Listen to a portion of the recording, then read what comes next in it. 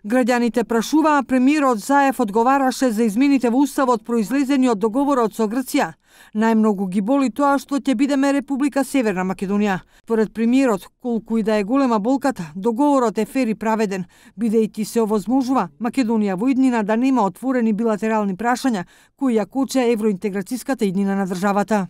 Со тоа што ќе го смени името дека ни гарантира подобар живот. И јас во Европа живеам веќе 10 години и не верувам дека ќе биде подобриот живот, затоа што моите деца утре да се викаат северномакедонци, не би се сложила на тоа.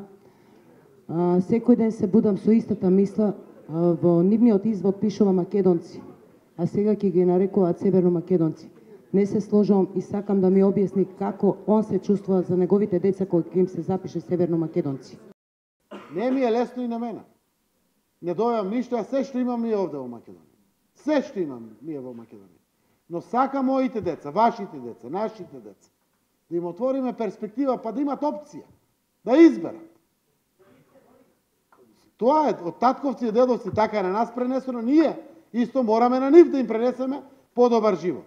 На вториот ден од дебатата за уставните измени беше речено дека со договорот со Грција се овозможува почитување на правото на самоопределување, давајќи ни шанса да зборуваме македонски јазик, кој иако е признаен во 1977 година, Европската унија ни се обраќаше со вашиот народ, вашиот јазик, наместо македонски народ и македонски јазик. При вакви едни околности треба уште еднаш да потенцира дека тоа е тоа кое што гнездува непријатни чувства кај нас граѓаните на Република Македонија. Ама е факт дека тој историски регион Македонија ние сме северниот дел. Факт е дека немаме аспирации да окупираме Грција, Бугарија, Албанија, да напаѓаме другите земји. Немаме таква аспирација. Нема ниту еден политички субјект, ниту една организација во државата која што има територијални аспирации према било кој од соседите или било која друга земја.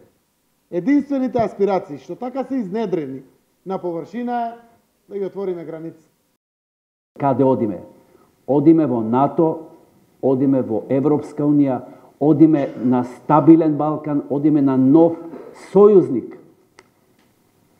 Грција, одиме на стабилизација. И денеска беше потенцирано дека амандманите ќе стапат на сила кога договорот и протоколот за пристапување во НАТО ќе бидат ратификувани од страна на парламентот на Република Грција. Доколку грчкиот парламент не ги изгласа, тогаш нема да има ништо од предвидените амандмани.